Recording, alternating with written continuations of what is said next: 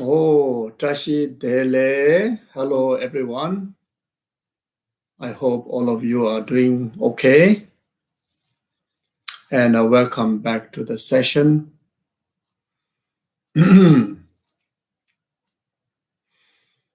Yeah, so we start with a short breathing exercise to calm our body and mind and settle in the present moment to make both the body and mind serviceable to the Dharma session.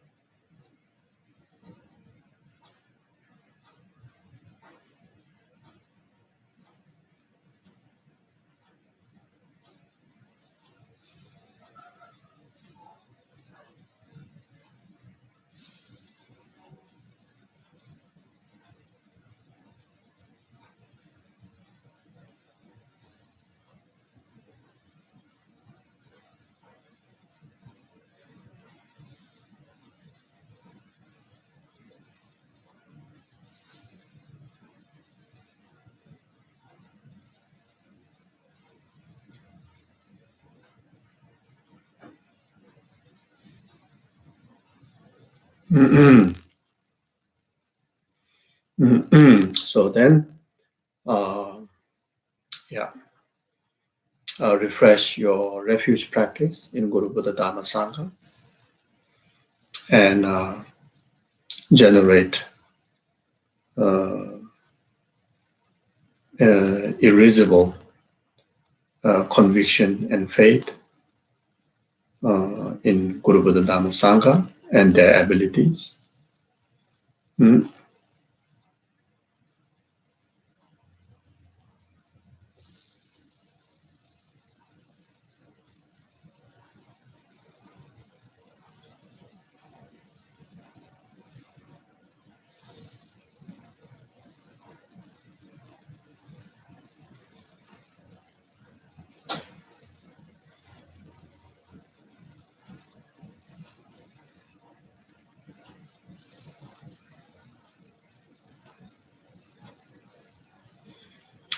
Feel the blessing of uninterrupted,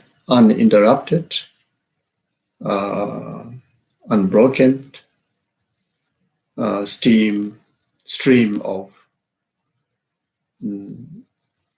blessings, blessings of Dharma, channeling all the way from the Buddhas through all the lineage gurus up to your immediate precious root gurus like His Holiness Dalai Lama, Khyentse Lama Suvarnabhuje, or any of the guru to whom that you regard the closest in your spiritual relationship. Then to your continuum.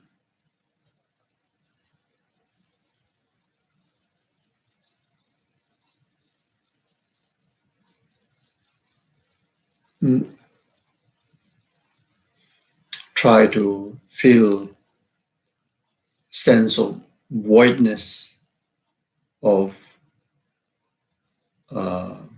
the stressful experience that comes from graspings,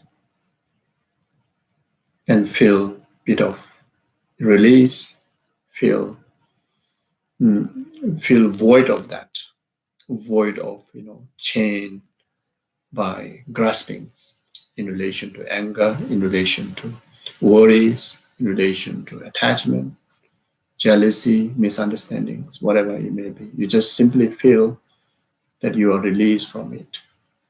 you are void of them. And at the same time, since you experience the void of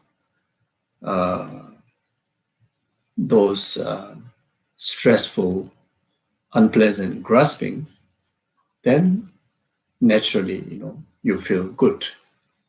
You feel sense of blissfulness, physically sense of lightness, mentally sense of relief, sense of fulfillment, sense of joy, happy. Uh, So try to experience in whatever way, at least by labeling the union of bliss and voidness, of bliss and emptiness, onto the described reasoning. Just describe reasoning. Based on that, then label that I have achieved this union of bliss and emptiness. So that feeling is the sign. Is the sign of what means by the stream of Dharma lineage blessings that receive in your continuum. So try to feel that in your very best.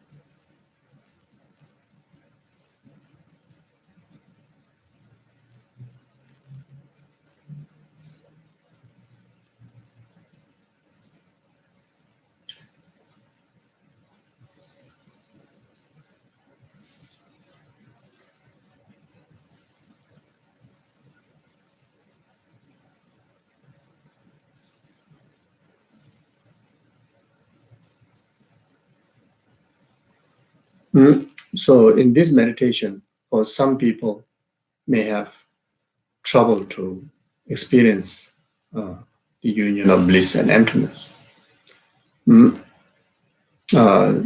Some people may find it's difficult to feel the void of the stress that you have in relation to the delusions and problems that we have in our life. So for that, then you should rationalize to yourself, there's no benefit in clinging, towards those graspings. There's no benefit, stressing in worry in relation to problem that we have. It could be sickness, it could be any kind of difficulty that we may have.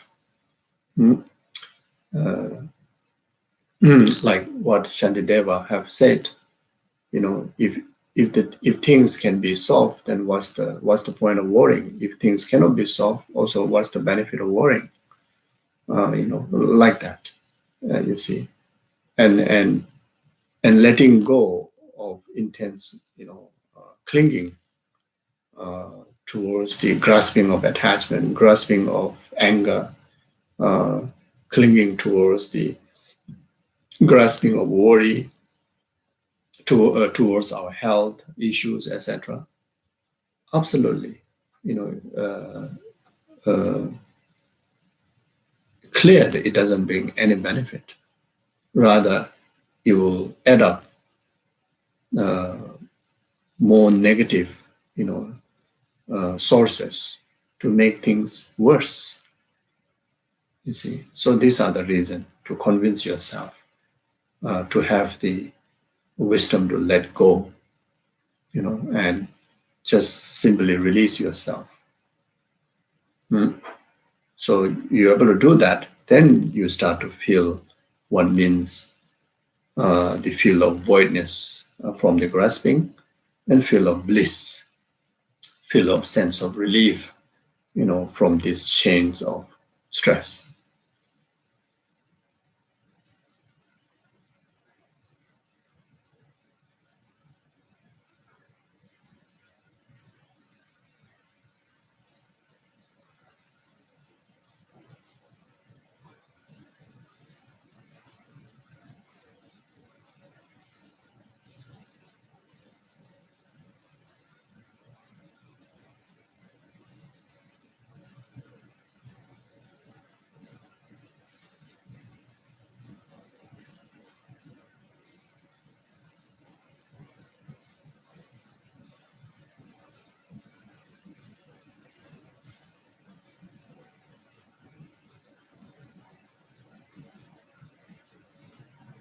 Mm.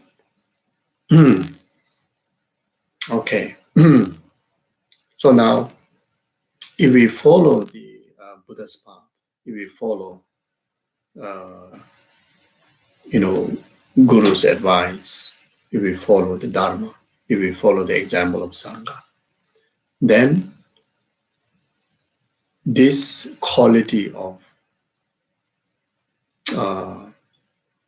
the union of bliss and voidness will increase. Even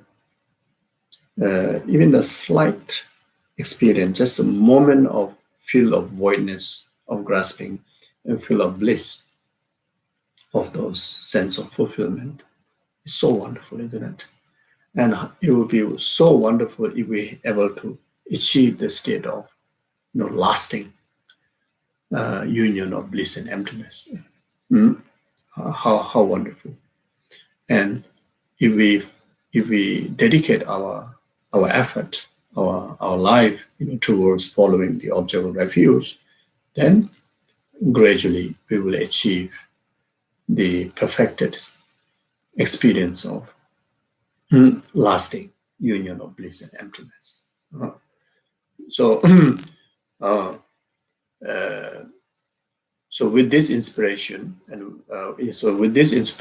then dedicate, our rest of our life, in particularly this very session, to be most meaningful, to be most beneficial, for the well-being of oneself and for the well-being of numberless sentient beings, up to the everlasting happiness of enlightenment.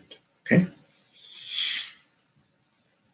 Sangye chedan soji junala chanju bado dane jazunje dage jinso nyebe sonamje dola penje sangye dubara isho sangye chedan soji junala chanju bado dane jazunje dage jinso nyebe sonam dola penje sangye dubara isho sangye chedan soji junala chanju bado dane jazunje dage jinso nyebe sonam dola penje sangye dubara gange doje ne zone dawa tamje pambeje tambeje ne tenje ngolam ne la chanje lo do nyen nyen je zo do ju be lam je jo gange de de ge chana be mo de je ja zo na so wa de zo da yu chin je lo semje damje de wa da de we ju dan de bra ju je semje damje dunga da dunga je ju dan da bra ju je semje damje dunga me be de wa da mi da wa ju je semje damje ni re cha da ni da da Tanyolan debra juroje, semje damje dewa dan, dewe judan debra juje, semje damje dunga dan, dunga je judan debra juje, semje damje dunga mebe dewa dan mirawa,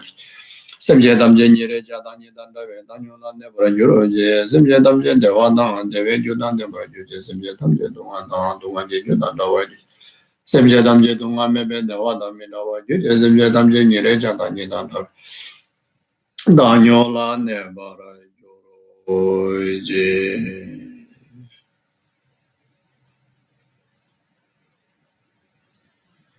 Okay, thank you.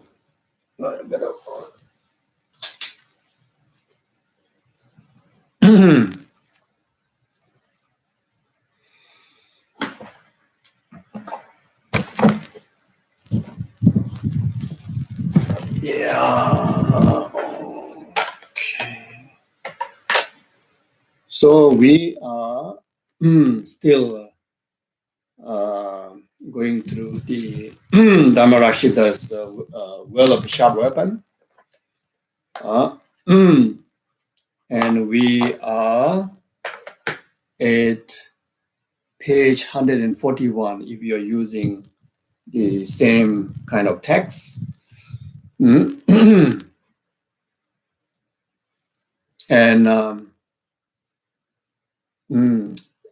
from last session, we are going through the verses where,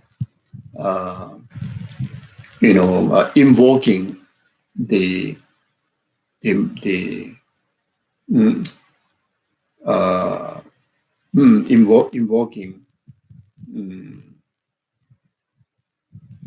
Guru Yamantaka, the wisdom deity, most fearful manifestation of wisdom of emptiness in the form of deity.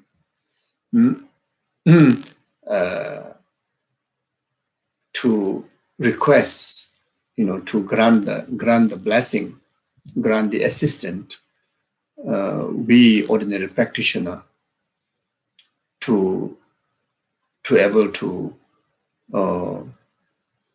apply the antidote most effectively to the most forceful and most intense negation or the obstacle or the maras or the enemy, which is the self-grasping, ignorant and self-cherishing attitude.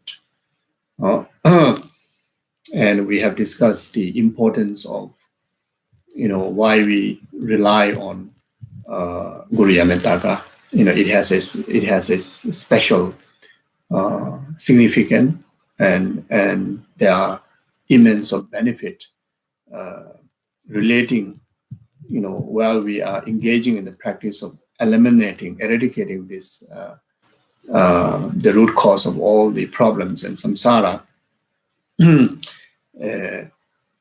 which the journey, it can be very, tough due to the intensity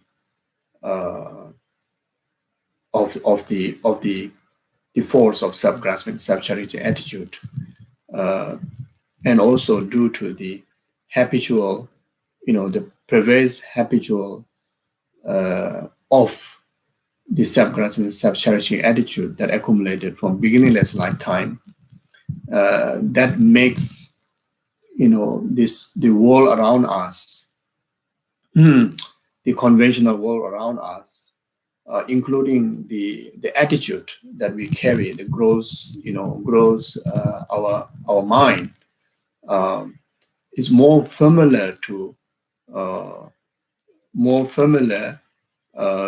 the demand, or more familiar to the to the ideas and to the behavior of self-grasping and self-cherishing attitude than the wisdom of emptiness, than the attitude of love and compassion and altruism. You see, so because of that, the obstacles are very heavy. The interference are very heavy. On the journey of the path.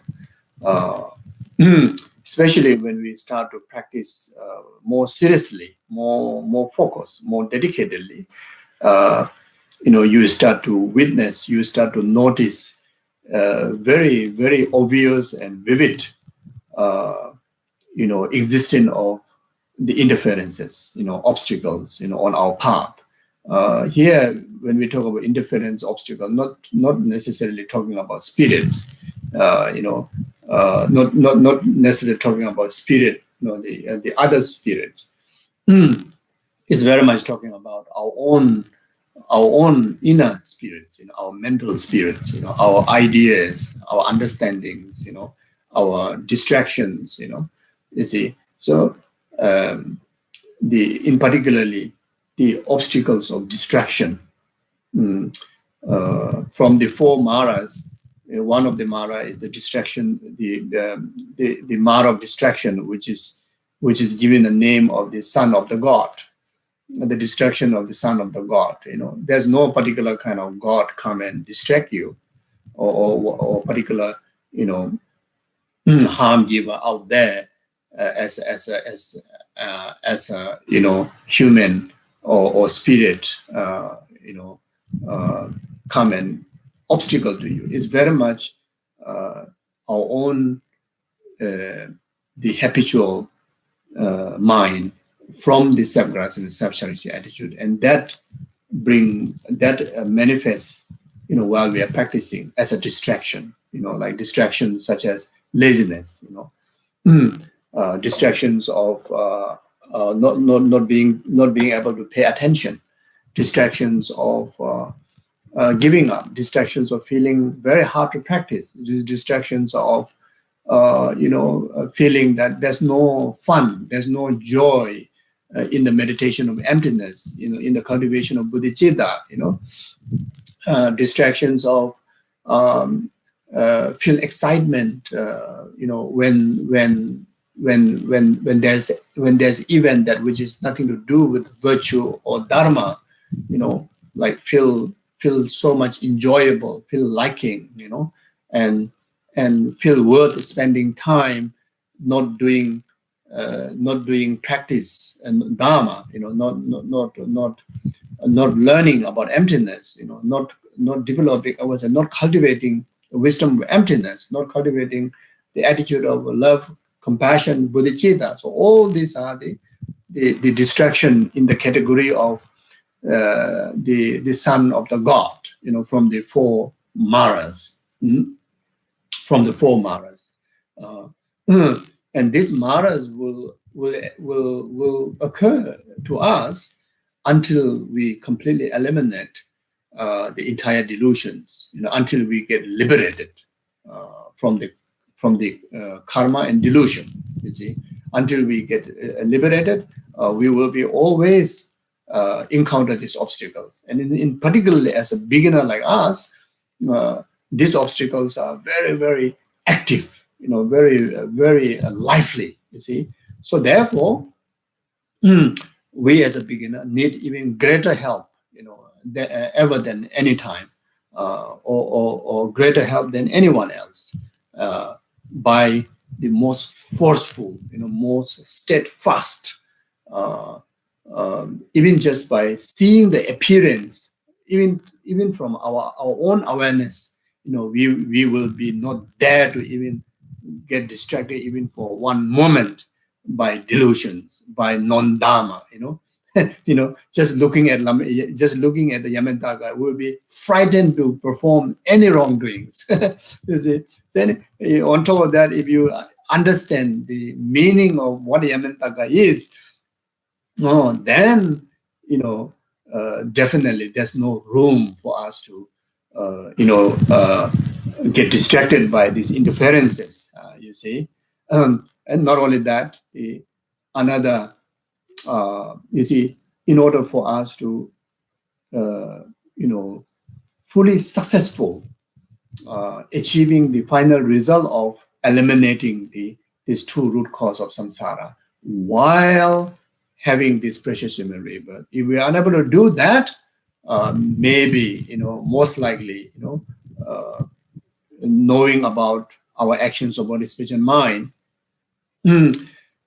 quite hard for us to achieve another round of such similar precious human rebirth in future lifetime, you see. So therefore, securing this life is another in the most important, protecting this life is another in the most important, to have a long life, to have a healthy life, healthy body, healthy mind, which is the vehicle, for us to have time, have trouble without much difficulty to achieve the ultimate purpose of, eliminating this true root cause of samsara. You see, so therefore, Yamantaka is the direct antidote to the lot of death. You see, Yamantaka is a direct antidote to lot of death. When we practice Yamantaka, it helps us to prolong our life. It helps us to, protect from diseases. Protect from mental health, physical health. You see, so Yamantaka has that kind of capability, to overcome the Mara of death. You see, which is one of the most dangerous Mara. You see, while we are meeting, living Buddha, in a guru form, like His Holiness Dalai Lama, like Yabja Lama Suparamacharya, like all your spiritual gurus, all like enlightened gurus. You see, while we in the environment of meeting complete Dharma, not just the sutra, but both sutra and tantra. Not just the Mahayanic Sutrayana practice. Also, Mahayanic Sutrayana of Vinaya and the Tantra, basically Tantra, Bodhisattva's path, individual liberation, Buddhist, the Vinaya's path. We have met the complete Dharma. Oh, this is extremely rare. You see, even within the 1,000 fortunate Buddha, only 2 Buddhas reveal the complete Dharma. With both Sutra and Tantra.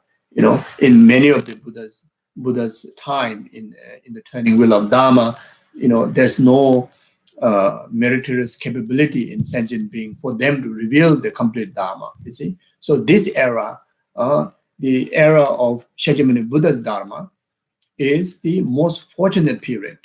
You see, so therefore, the life that what we have now is extremely precious, extremely meaningful. So therefore, we cannot afford to die so soon. We cannot afford to get sick so soon. But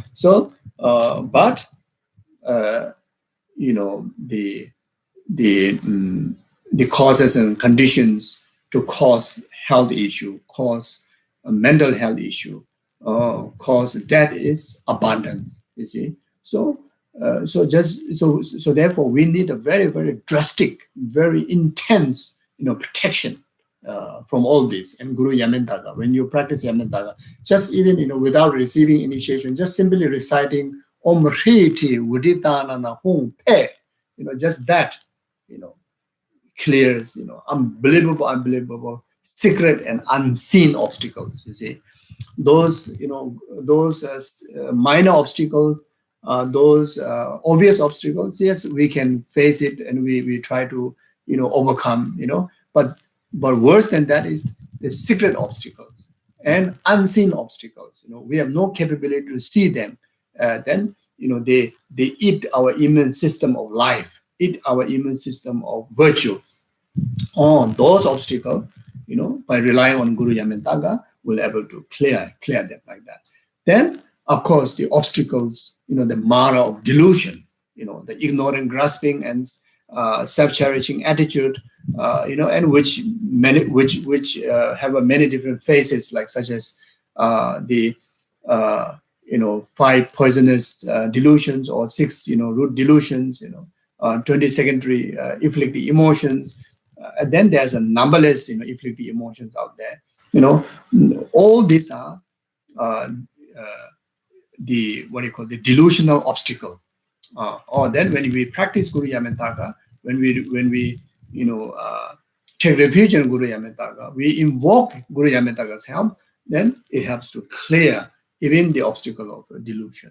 In particularly, the one of the most destructive, most forceful, the delusion that comes in our way to ruin all the causes of our future happiness, future virtues, future fortune is anger.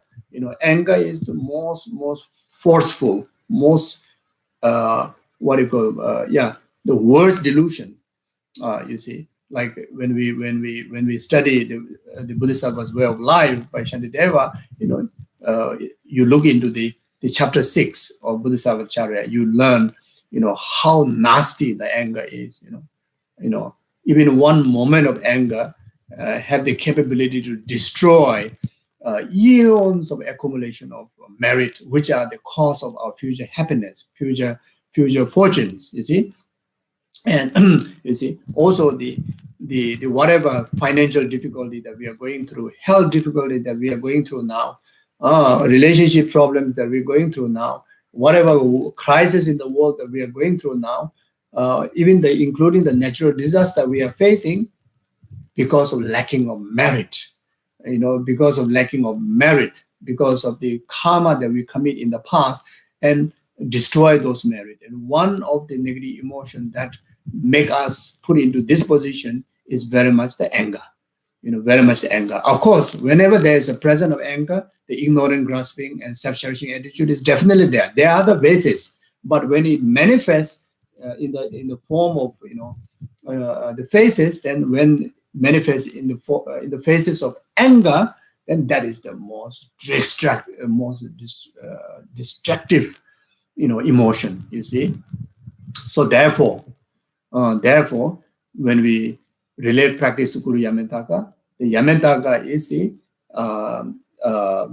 Yamantaka practice is one of the deity yoga practice that has a special characteristic to take aversion, take anger onto the path. You see, not all the tantric practices has this ability.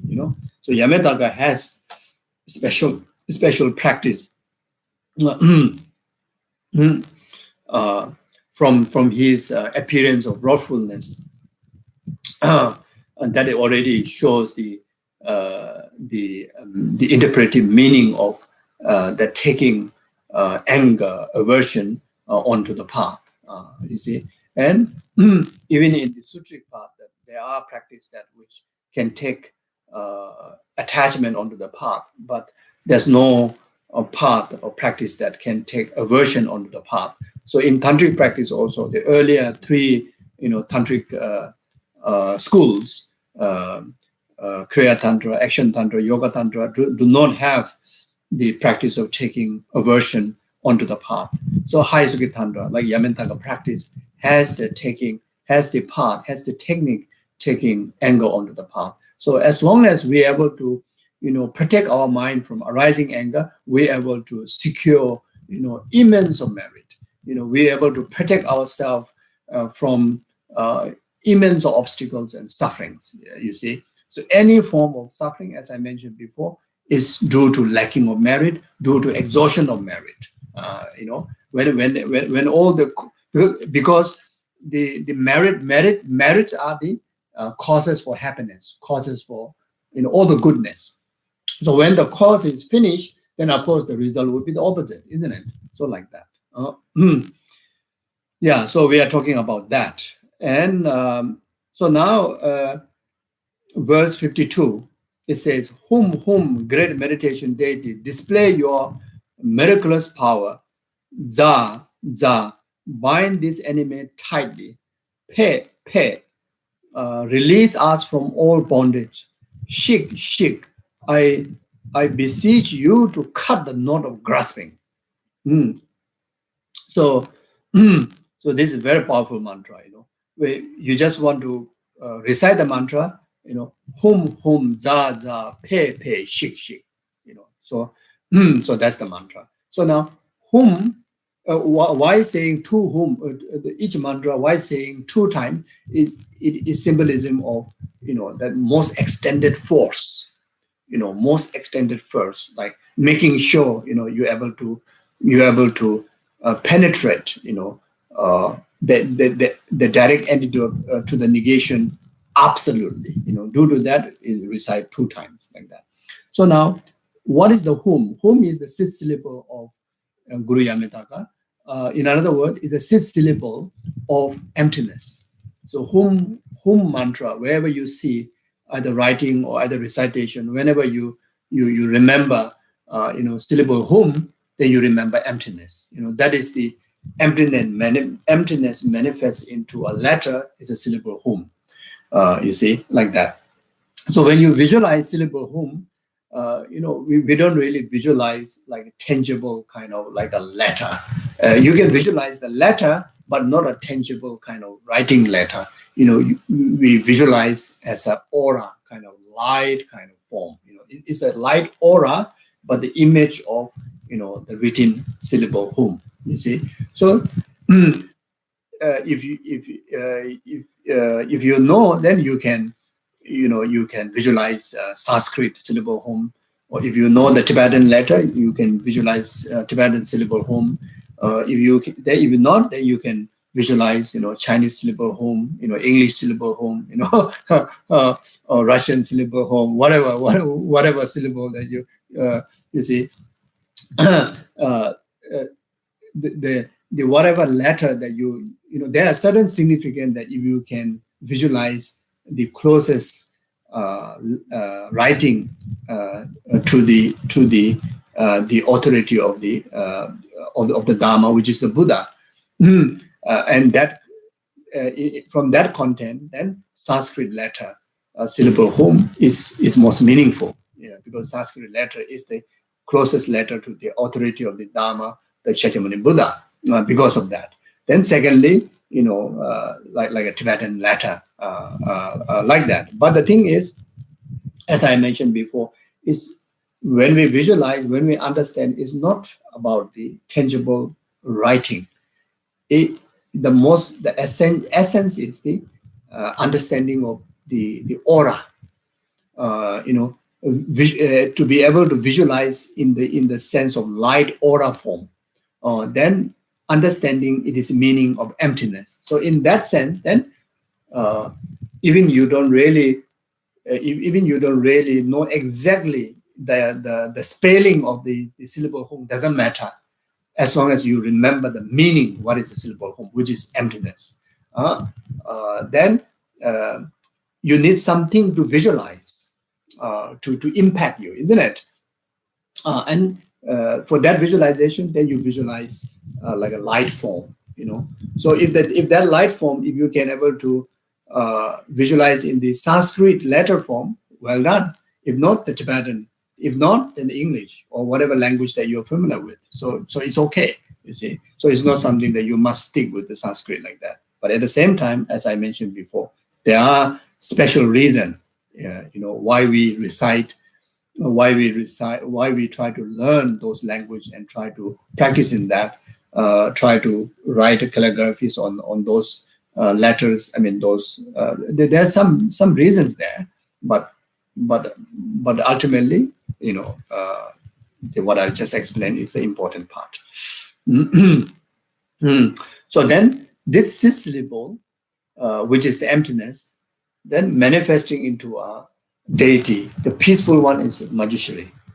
Then the wrathful one is Yamantaka. Then Yamantaka also got 13 deities of Yamantaka, solitary Yamantaka, and there are many aspects of Yamantakas.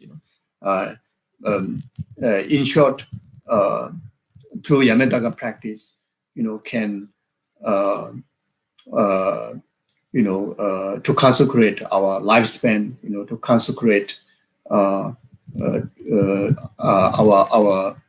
immanence of mind and body into a health, etc. You see all the practices that can be actualized. So Zaza is Za is very much like kind of like a action of penetrating, like this. So this is the negation. This is the disease. This is self-grasping, self-cherishing attitude, and the syllable hung is the antidote. So za is like a piercing onto it, like a za like that. Like smashing the negation. Like piercing through the heart of the enemy, self-grasping, self-cherishing attitude, the heart of the disease, like that. Then then pay is very much like kind of dismantling, absolute dismantling, or purification or disappearance.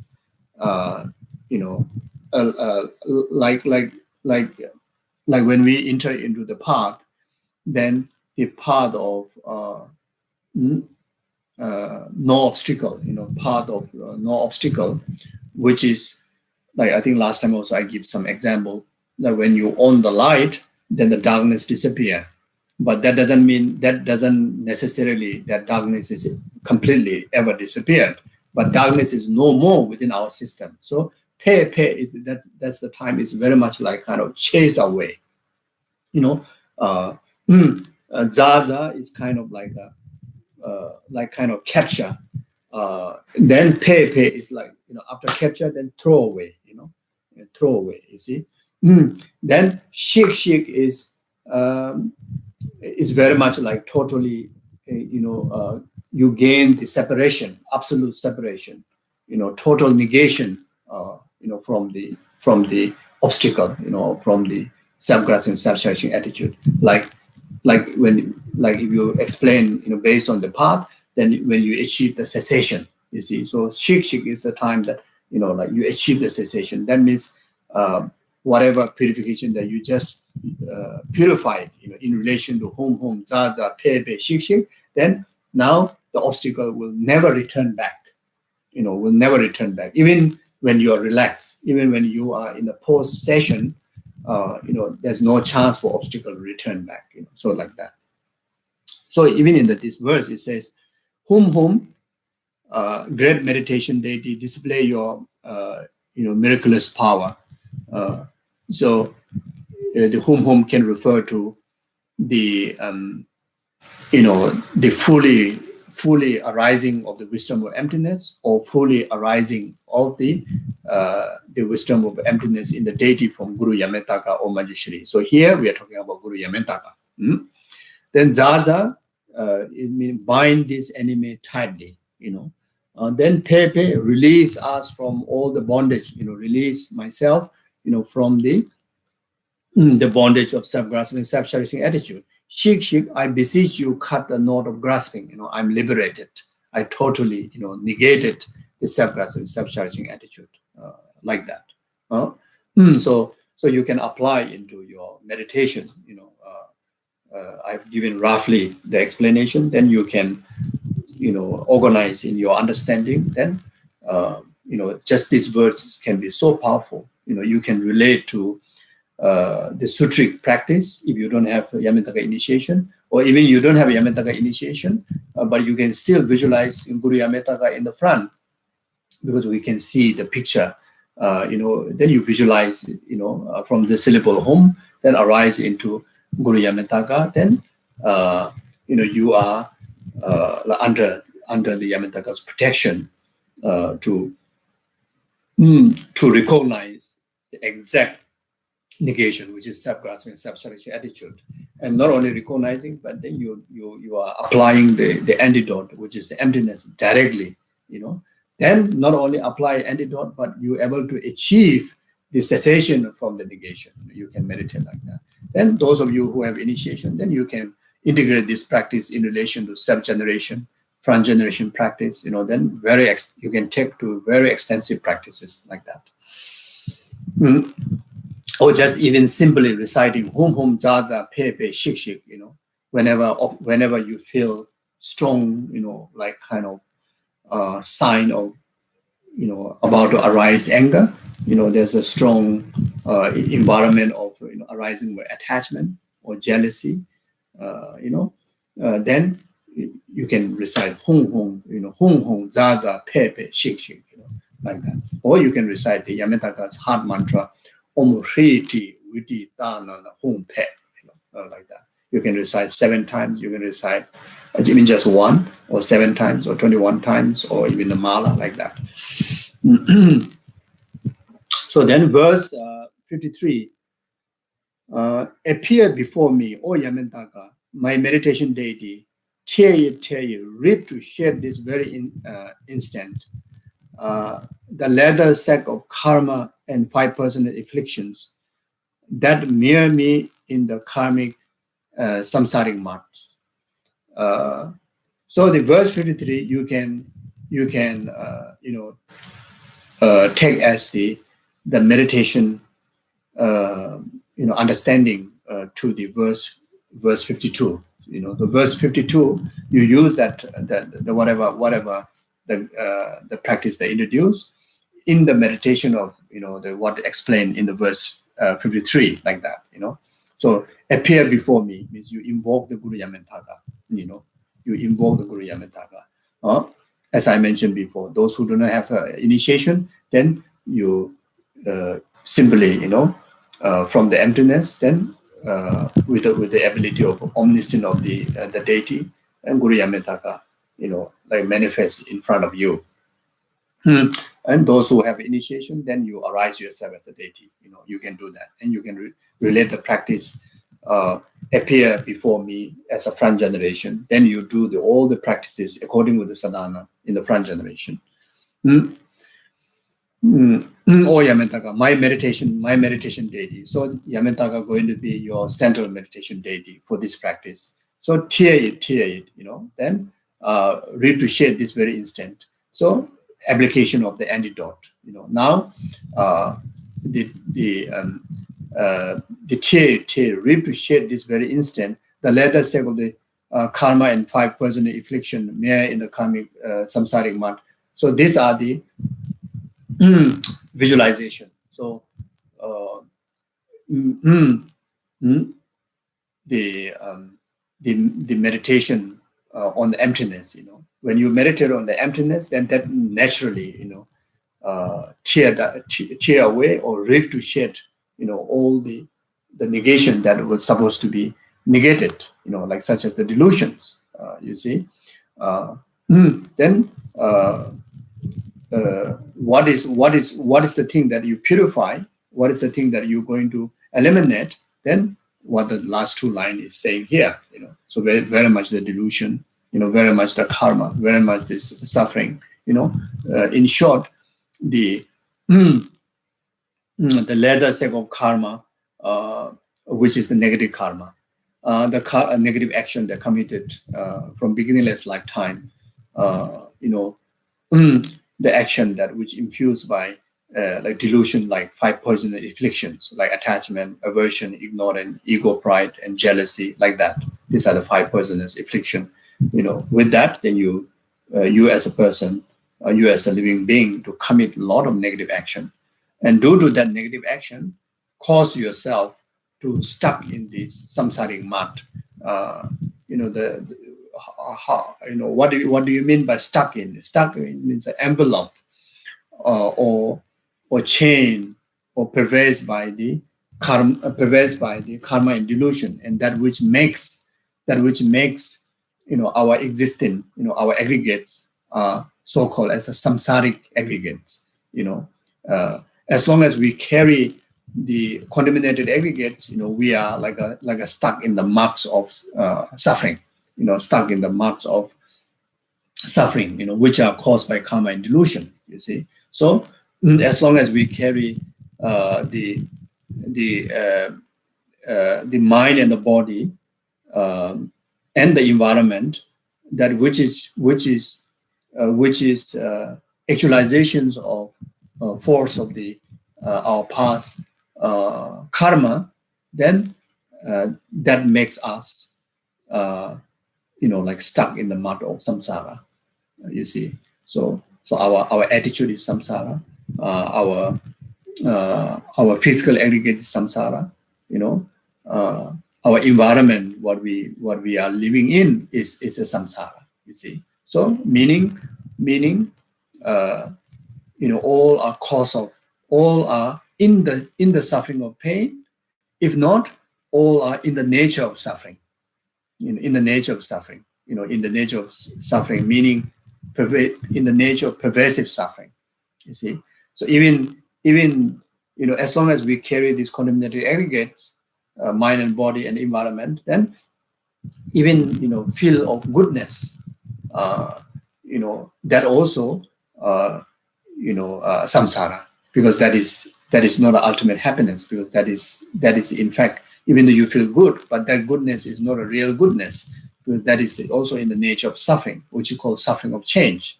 You see, then the environment, even the environment, environment like the mountains and the water and the house, they don't have feeling, they don't have mind, but they are samsara. They are samsara, which is part of your existence. In another word, those environment are existing of your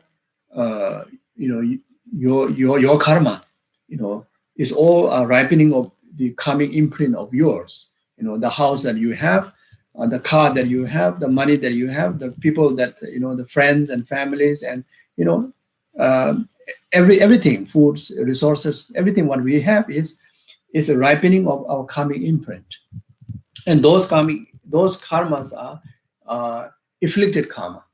Because of the afflicted karma, the result that which came about as a food, as a resources, uh, even though conventionally we think that they bring happiness to you, they bring fulfillment to you, but at the end of the day, that fulfillment doesn't last. That fulfillment comes to exhaustion. That fulfillment comes to exhaustion, and that is a proven. That's the sign that because of being samsara, because of being contaminated, that's why it's not lasting. Even though initially thought that it's bringing help, but then uh, not bringing help, but then ultimately it exhausts. Not only that, even many of the things that is thought that helping us, but at the end actually it causes suffering. It causes suffering or pain. Like certain food, we eat too much, delicious, but then later it causes in health issues. Like sugar is so delicious, so sweet, isn't it? So and sugar gives us energy, which is needed, helpful. But then eating too much sugar, or any food that contains sugar, then it causes diabetes, like that.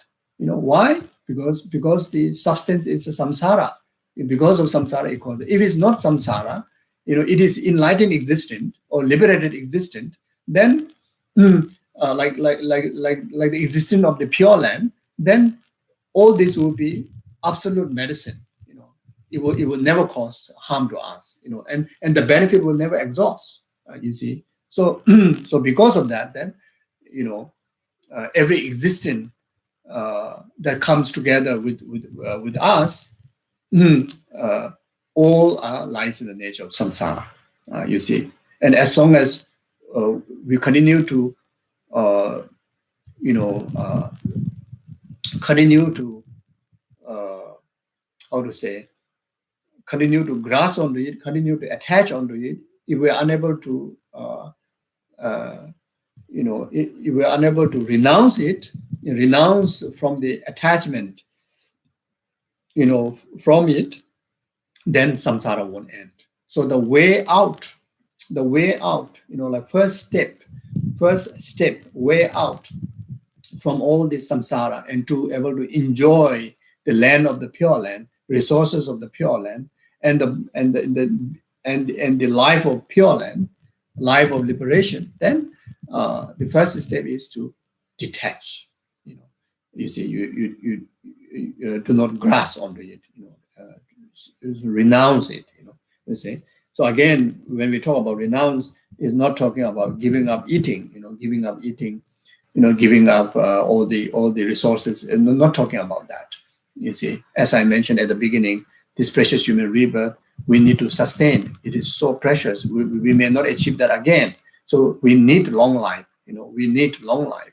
We need good health. And all these resources are beneficial. But when you consume these resources without attachment, then it becomes like a medicine. It doesn't harm us. You see. So therefore, even the foods,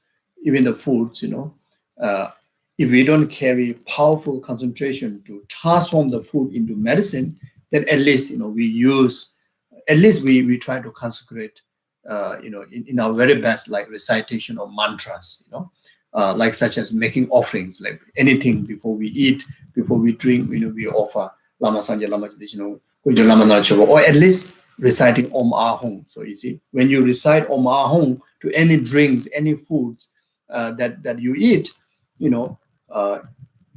if it doesn't benefit, but at least it doesn't cause harm. You see, in particularly, it doesn't cause harm of samsara. You see, it doesn't create a cause of samsara by eating that. It doesn't cause to exhaust the merit by eating good food. It doesn't waste our merits. You see, so as long as we don't waste our merit, and some more we supplement to increasement of the merit, and observation was a preservation of the merit, well, then that are the accumulation of causes for future happiness, isn't it? You see, uh, mm. So therefore, Om Ahung, just anything before we eat, recite Om Ahung. You see, uh, mm.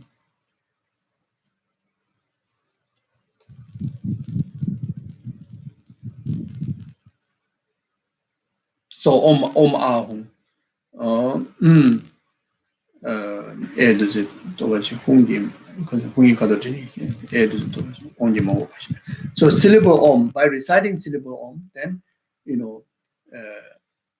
the any substance, it multiplies infinite.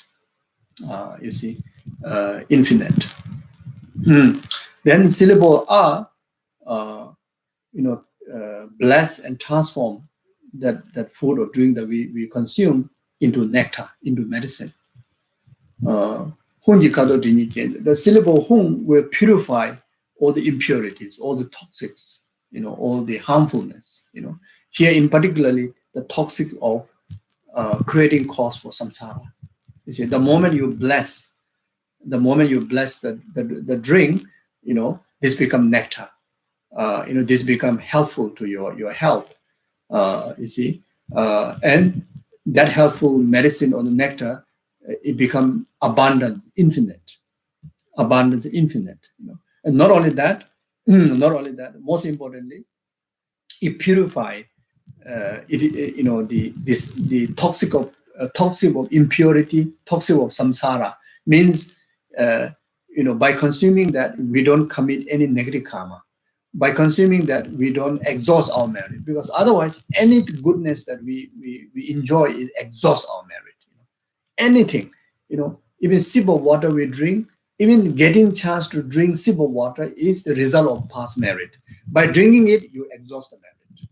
You see, and if you don't accumulate more merit, it's kind of like from a bucket. You already the amount of water is like getting lesser and lesser, and we will come to an end that there's no more water at all to drink, like that. You see, when the merit exhausts. You see, so it's very subtle and very, this is just like kind of, again, it's like ice of what do you call,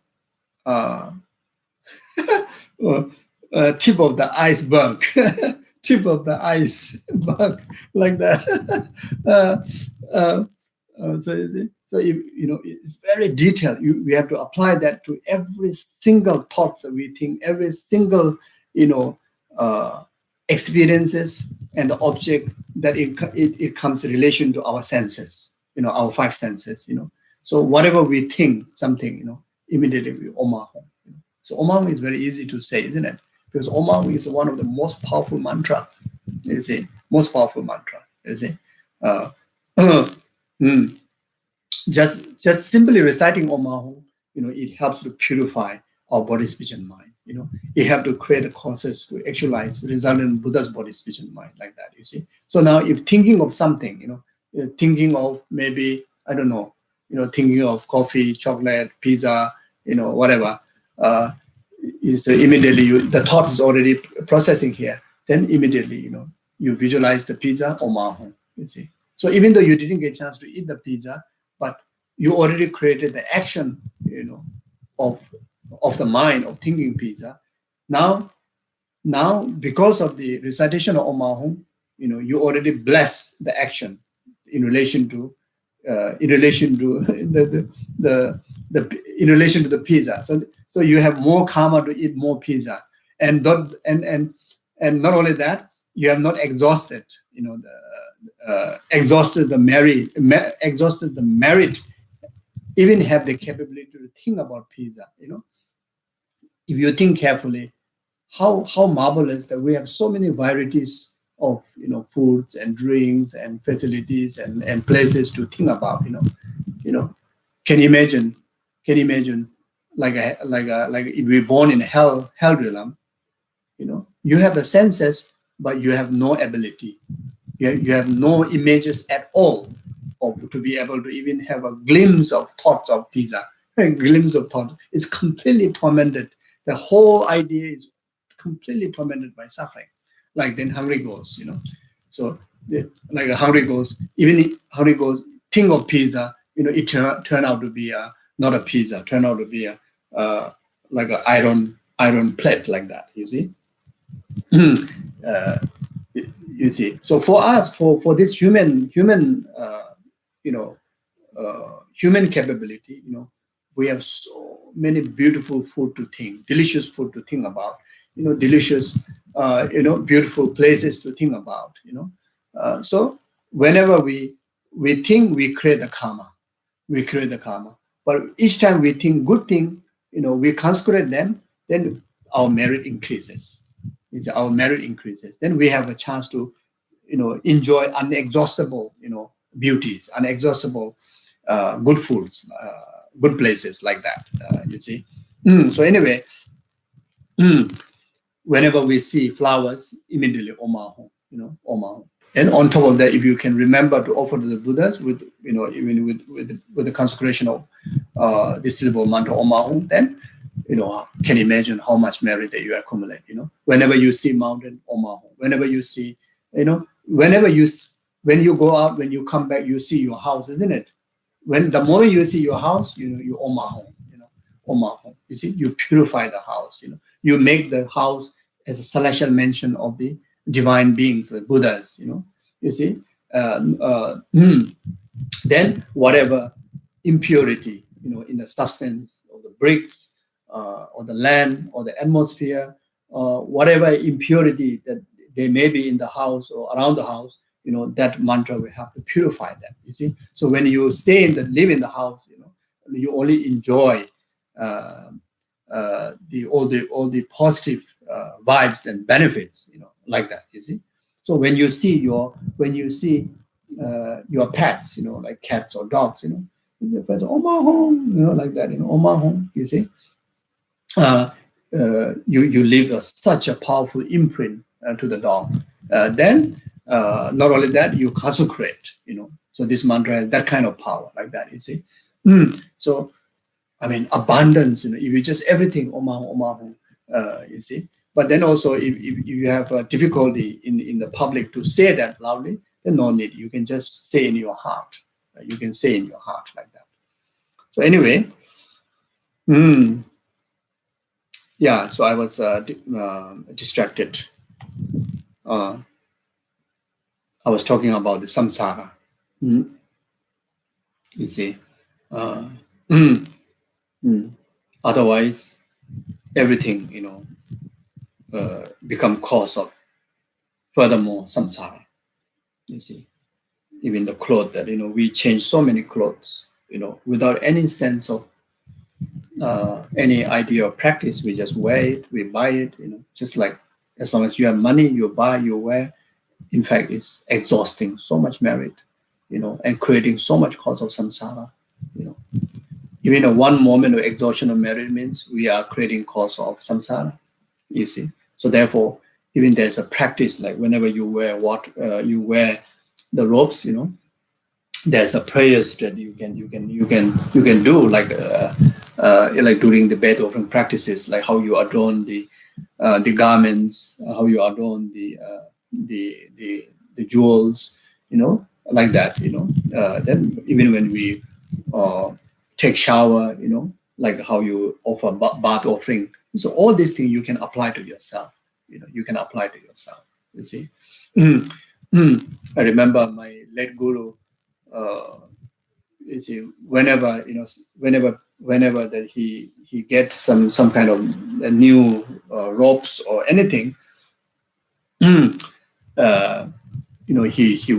would first purify them by like such as like omahong, and to teach us, he even like kind of like like show the ropes and try to let us understand the detail of the teaching, the how it will exhaust our merit, and how important for us to wear the new robes with the full of mindfulness of dharma, practices, making sure that all become cause of a cause of enlightenment, cause of liberation, not cause of samsara, like that, you see.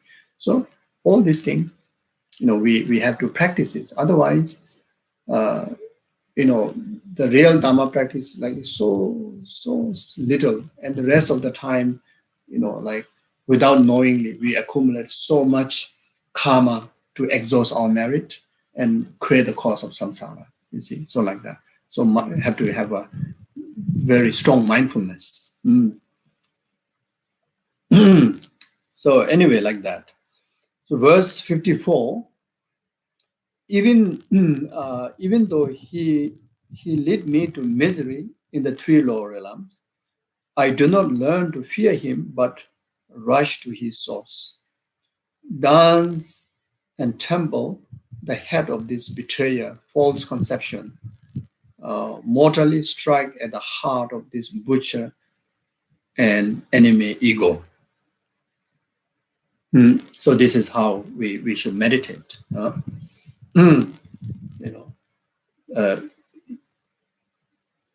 It's talking about the self-grasping and self-cherishing attitude, and the delusions, like the 5% delusion just mentioned before, like attachment, aversion, ignorance, ego grasping, jealousy.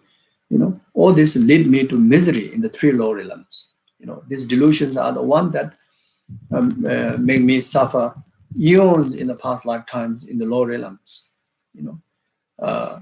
And even this lifetime, we go through so much ups and downs. The life, there's more trouble than goodness that all of us can imagine, isn't it? Uh, but then, the surprising thing is that we or I do not learn fear him, but rush to his source. Even though we know betraying us, harming us, causing so much suffering and samsara, but instead of like avoiding the influence of self-grasping, self-cherishing attitude and the rest of the delusion, we rather be service to them. And this is so true, isn't it? Daily we service to fulfill the urge of attachment. Daily we fulfill, whenever anger demand, whenever arrogant, egoistic mind demands something, we fully bow down and we fully service, mm, to be in his service, isn't it? Ego pride, how much that we are in the service of ego pride, in almost every step of our way of thinking, our way of engaging with others. The ego-centered pride is the one that which defining us to how to behave towards others. You see, isn't it? Jealousy, the moment we see some goodness in other, our heart become a bit uneasy. And you see, even though right there causing suffering to yourself, but you still feel jealous. You see, you still fulfill the urge of jealousy mind. You see, so so it is so looting. It is so the skill of self-grasping and self-cherishing attitudes are unbelievable. They can really can how to say load you. You see, so therefore, at least remind ourselves this fact. Then you meditate on emptiness, or you call upon the blessing of Guru Yamantaka, then recite, it is heart mantra, or engage in these sadhana practices or the mantra that mentioned in earlier. The common practice is to meditate on emptiness. Meditate on emptiness. So when you meditate on emptiness, then you see, dance is like penetrate and trample on the head of the betrayer. It really destroy the smartness of the smartness of the self-grasping, self-cherishing attitude. Or the which is the false conception. Then you really, because of your heart is filled with the emptiness wisdom, then it literally, mortally striking at the heart of this butcher, the self-grasping, self-cherishing, the enemy, which is the ego, ego-centered cherishing mind and ego-centered grasping mind. You're able to eliminate them like that. Mm. Mm. Mm. So in short, this 4 line, first 2 line is very much rationalize yourself, the harm that caused by, any of the delusions or the the self-cherishing or self-grasping ego mind. Then after that, if you are capable, directly go into absorption meditation on emptiness. Basically, completely, fill your awareness only single pointed in the wisdom of emptiness. If you can do that, then try to remain in that for as long as possible. So longer that you're able to remain, then you train your mind in the antidote, and that itself is lessening or the dismantling of the force of the negation. If you're unable to do that, then at least you go into the absorption meditation, I would say analytical meditation. You can use Nagarjuna's fundamental wisdom. You can use the Nagarjuna's and the precious garland, Lama Tsongkhapa's, Lamrim on the wisdom chapter, Shantideva's, Buddhasavacharya in wisdom chapter. So then the teachings on the Madhyamika, on emptiness. So you can use those texts. You put the text in front of you and read, word by word and reflect on it, and whenever you use the emptiness understanding, the object where you are, getting to understand the emptiness nature is on self-grasping and self-cherishing attitude. If it's anger, then on anger, like that. Then try to do the analytical observation until that you really come to a point that is total lacking of inherent existence from its own side on the self-cherishing attitude, on the self-grasping attitude, or on the basis of aggregates, on the basis of the label I, or anything, anyone that to whom that you have aversion, you have attachment, and try to gain the absolute wisdom of total lacking of inherent existence from its own side is like completely opposite the way how we used to understand, how we used to perceive.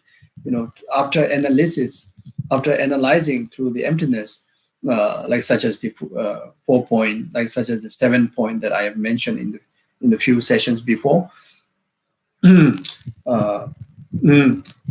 a carriage, like using the example of carriage like that. So you use that same thing on self-grasping, self-cherishing, anger, object of anger, object of attachment, object of grasping, So then it come to a point that you really proven to yourself through this analysis that completely contradicting finding from the initial how you perceive and the end finding, which is the voidness of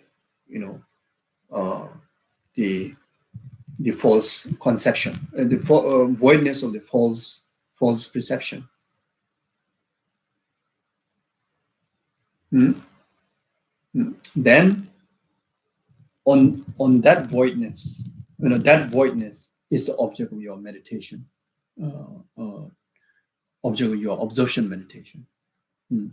That emptiness, finding that wisdom is the object of your absorption meditation.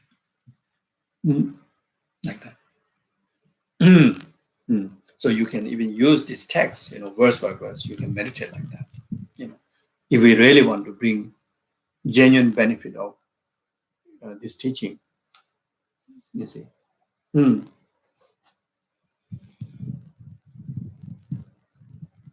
Then verse 55. Through my desire for comfort is great, I do not gather its causes. Though I have little endurance for pain, I'm rife with the dark craving of greed. Dance and tremble on the head of this betrayer, false conception, mortally strike at the heart of this butcher and enemy, ego. So this is also a wonderful reason, we only desire for happiness. This is everyone's nature, including, cockroach, only desire for comfort and happiness, for sure about we as a human being, whether we are striving enlightenment or just self-liberation or just virtue, everything is for the reason of striving for comfort and happiness, and that happiness, the degree, if you strive the happiness of enlightenment is the ultimate happiness, you see. Even in our day-to-day life, why you study for desire for happiness, why you have a relationship to desire for happiness, why we work desire for happiness, you see. And I do not get that, but the thing is that even this is your desire, but all the time we commit the wrong cause. I do not gather it is cause. We don't gather the right cause, which we aspire for. You see, we truly want to actualize everlasting happiness, which only can receive when we become enlightened. You see, so in fact, we are aspiring for enlightenment, but we never commit cause for enlightenment. So this is true. This is fact. You see, so this we need to realize and we need to be aware and change. You see. All the happiness, even in our ordinary life, in this ordinary, samsaric world, all the, sensual happiness and the comfort are result of merit, result of virtue. But then most of our time, we don't commit virtue, you see.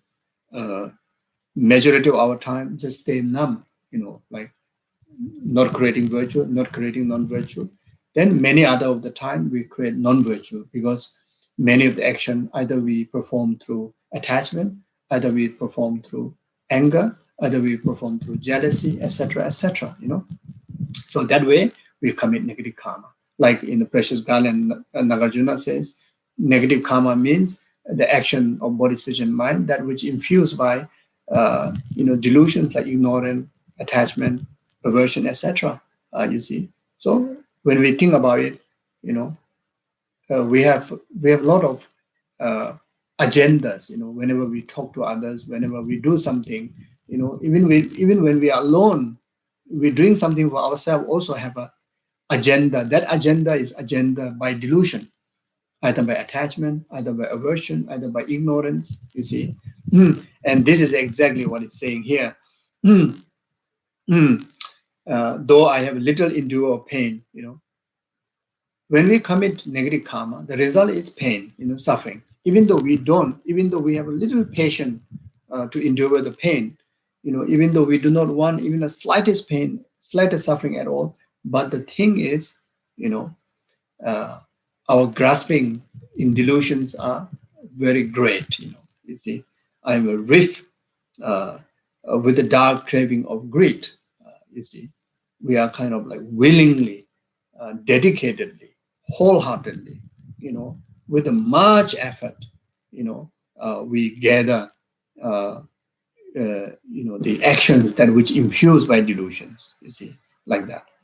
So therefore, by understanding that, and all this is due to the self-grasping, self-cherishing attitudes, then you meditate on emptiness, you see.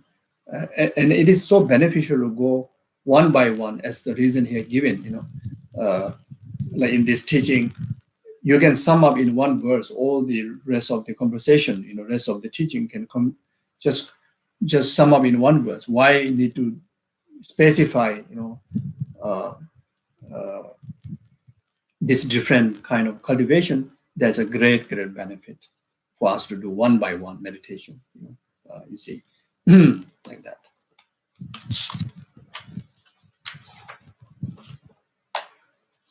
Though I want immediate result, my efforts to achieve them are feeble.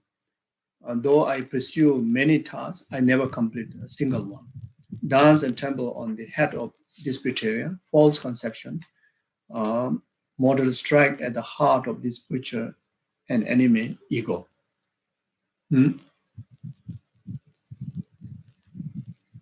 Yeah. So here, we should interpret that this for the dharma tasks, for virtuous tasks.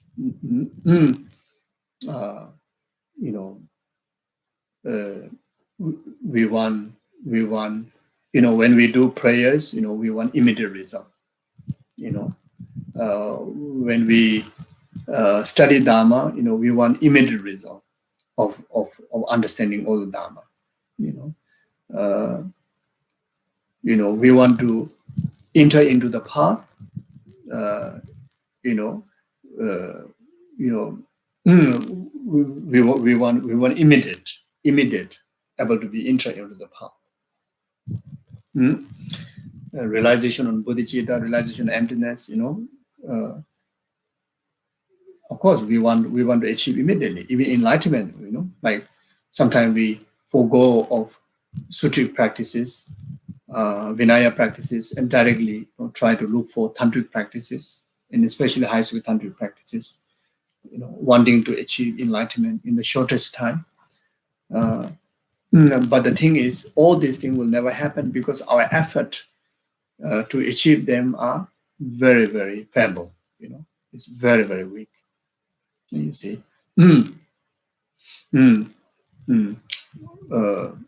We can take our own self as example. We've been learning Dharma for how many years? So many years. You see. We cover so many texts.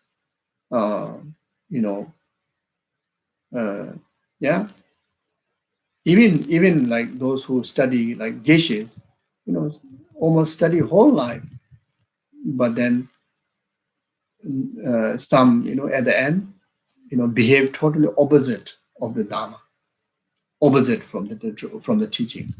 It also happens like that. You see, because of the effort, the right effort is not there. Because of that, when we talk about right effort, it's right motivation, right wisdom, and the right conclusion of the understanding of the teaching is not there.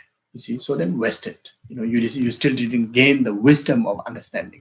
You see, even we learn so much for so long. You see, it happens like that. Even in our ordinary Dharma practitioner, some claim that they have studied for past 40 years. They met Buddha Dharma for 40 years and already got gray hair, all, but the attitude is like worse than anyone else. There are people like that. if you ask them to count how many gurus they have, they will count like, wow, so many, maybe more than Lama Atisha, and so many gurus, and the gurus are all a very big name, like what, this holiness, that eminence, that eminence, that eminence, Then this, I also did attend this retreat, attend that retreat, Oh yeah, I enter into this center, Then I move I move my home from this state to that state. Now I in this center, So for the past 40, 50 years, like I've been studying Buddhism when the first Buddhism came to the West, like that. But then looking at the attitude, unbelievable. It's worse than worse than the one that would never met Buddha Dharma. The way of thinking, way of the how they talk, and especially I find shocking is when someone say Mahayana. I am practicing Mahayana, Tandra, Mahayana, like so boastful,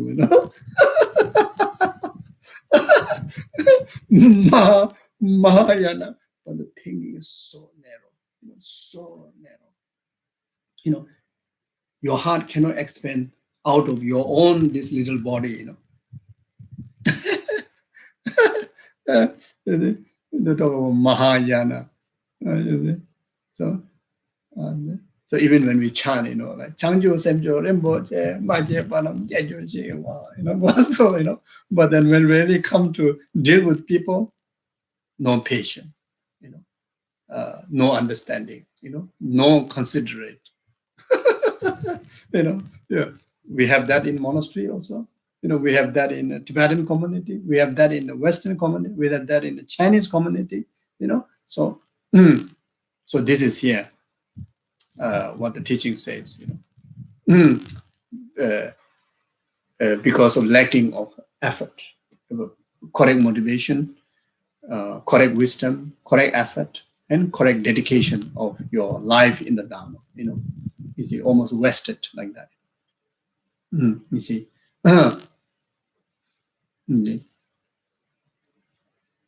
And it's some more, especially like someone is senior, someone is sangha, and especially someone carry even some kind of name. Really have to be very, very careful. Otherwise, instead of becoming inspiration to the Dharma and the world, become a huge, how to say, discouragement. When the moment when people refer to this particular person, then that means I never should practice Dharma like that. I never should become sangha like that.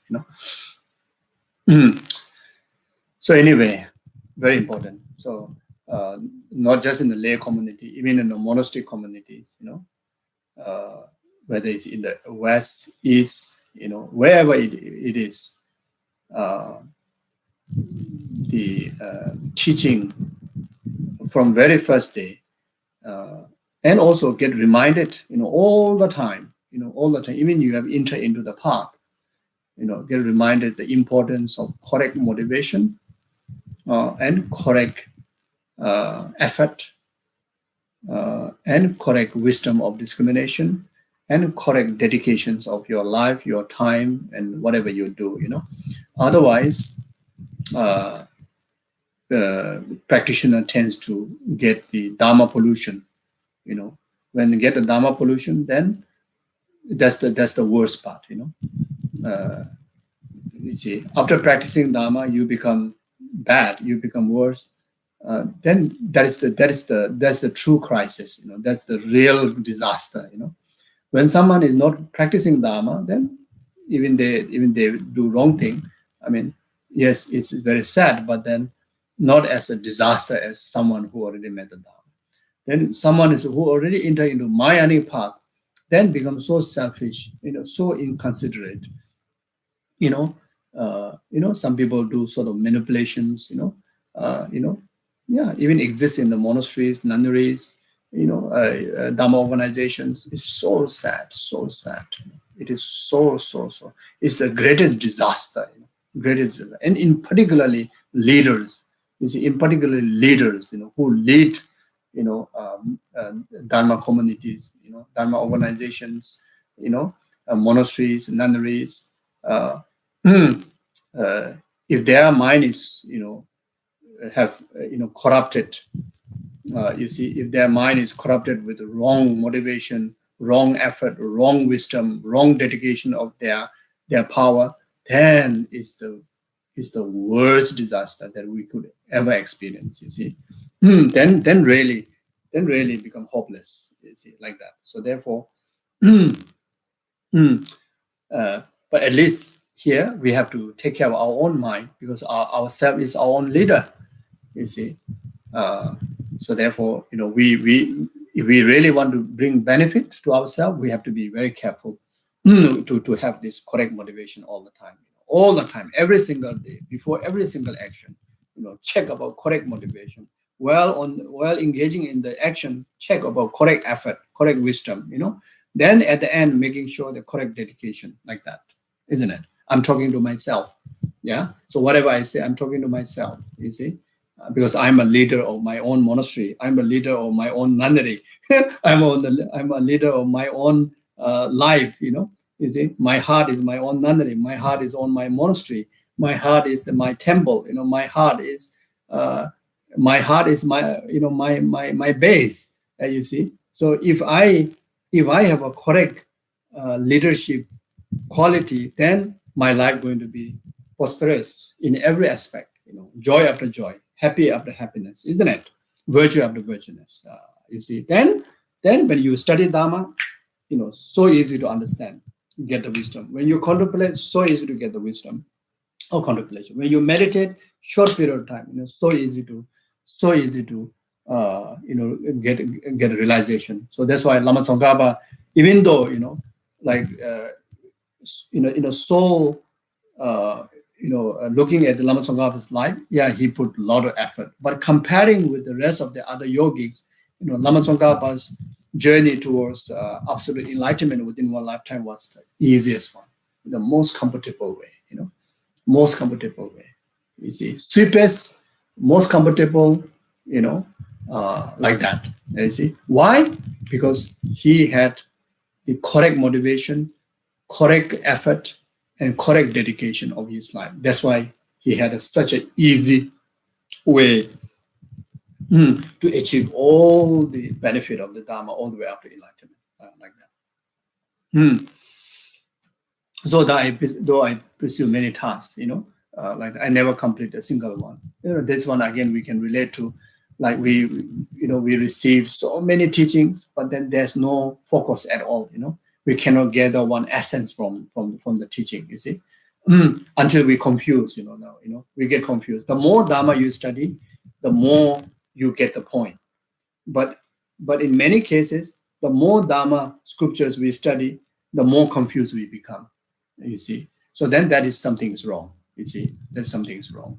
Then we receive so many initiation until don't know which deity is my main deity. Which practice is my main practice. Until you get confused, you even give up. Even one initial the deity yoga sadhana practice also give up. You give up completely because just too many. Get confused. You don't know how to integrate everything into one. You see. So all these are again is because of no right motivation, no right effort, and no right dedication. Because of that, when we pursue for different initiation, we don't even know exactly why we are pursuing that. Why we want another new initiation. We don't even have a clarity. You see. Like when we pray to some deities, like all the deities, in fact, all has capabilities. But then sometimes we kind of, our own meditational deity kind of like discount, and we try to, change some other deity, and even that has to be careful. You see, by doing so, then we don't get the effectiveness of the blessing like that. So in any way,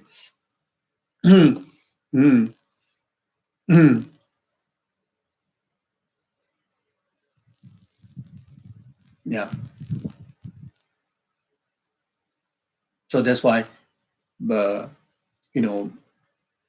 we study philosophy, I think many of us, we get the exposure in philosophical study, Lamrim study, Lojong study, and we also receive so many instructions from our gurus, So we need to everything summarized into Lojong, everything summarized into one single point, which is to eliminate the self-grasping, self-cherishing attitude and actualize the true altruism.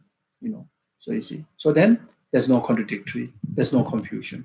You see, we need to come to that point like that. Whoever, whether whichever guru that you're relating to, whichever Dharma organization that you're relating to, whichever Dharma friends that you're associating with, the single pointed one purpose is pursue for enlightenment and renounce the samsara, renounce the delusion, renounce the negativities, and pursue the path, pursue the enlightenment. So we need to be very clear about that. Then there's no confusion. You see, like that. But anyway, all these faults are because of self-grasping, self-cherishing, and delusion. So therefore, again, you meditate on emptiness, then you purify, as I guided before, like that. Okay. So thank you very much. I will stop here. So we do a short dedication. Whatever merit that we accumulate individually and collectively, and as well as the merit accumulated by all the past and present and future Buddhas and all the good people, virtuous people, be a complete cause for numberless sentient beings to purify suffering in these causes, actualize temporary happiness after the ultimate happiness of full enlightenment.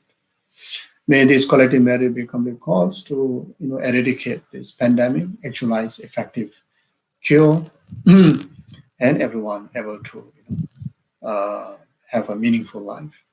May this collective merit be complete cause any form of sufferings, disasters that facing in life, either man-made disasters, natural disasters, everything come to end. And may this collective merit be complete cause for to get protection, refuge for all those who are suffering, from political disputes, suppressions, from abuse, from violence, from natural disasters, whatever.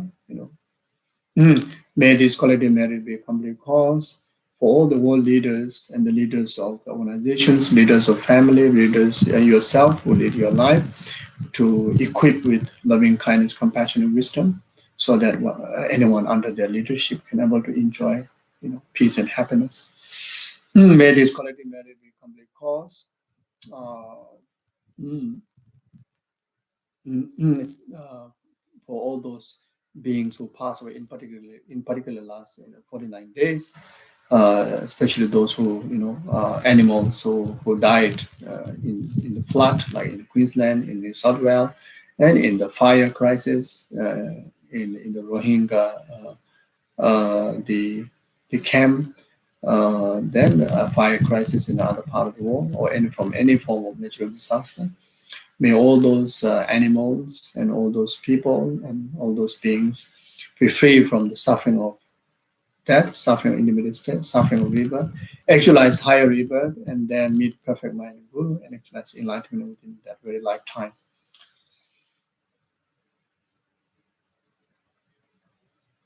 May this collective merit be complete cause for anyone who requested prayer support from me, prayer request from our Gurus, prayer request from you, and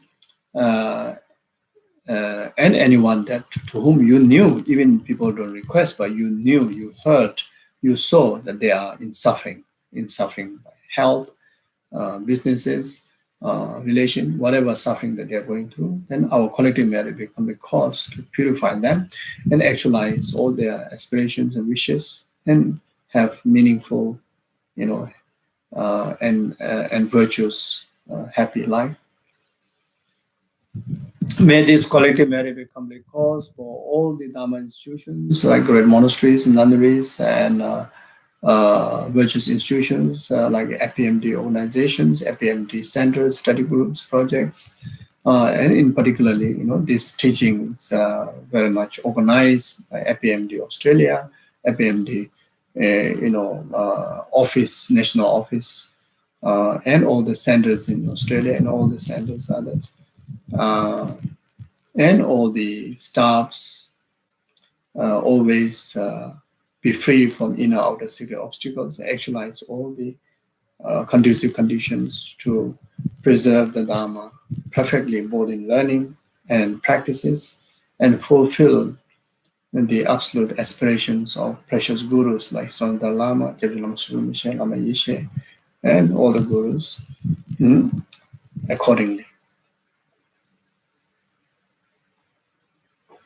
May all the beneficial beings like Santa Lama, Geshe, all your spiritual gurus, and all the good people, and yourself, your family members, always enjoy perfect health, a long life, and fulfill all your aspirations accordingly.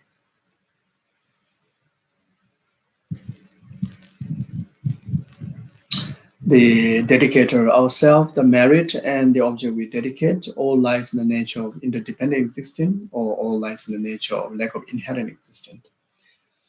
Jawade Nudo Lama Sanje Dubin Doaji Jamaluba de Sala Gobara Joa Chanjo Simjo Boja Majabanam Jeju Jawan Yambame Bayan Kone Gondo Pevajo Tony Dawa and Boja Majabanam Jeju Jawan Yambame Bayan Kone Gondo Pevajo, Nidawa and Boja Majabanam Jeju Jawan Yambame Kone Gondo Pevara Jo Pamasum Jedam Jedan Yadado Doana Chanjo Sambakana Fujo, but the Dakunje Monam Jojo.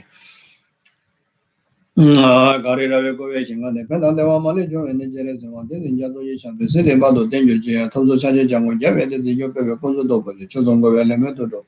That's all the Jagondo sharp then show. Same Geneva, when you don't need that you do and Malabada dojo one member, you better so I'm a good vision or some Geneva. Samba Jujin, show.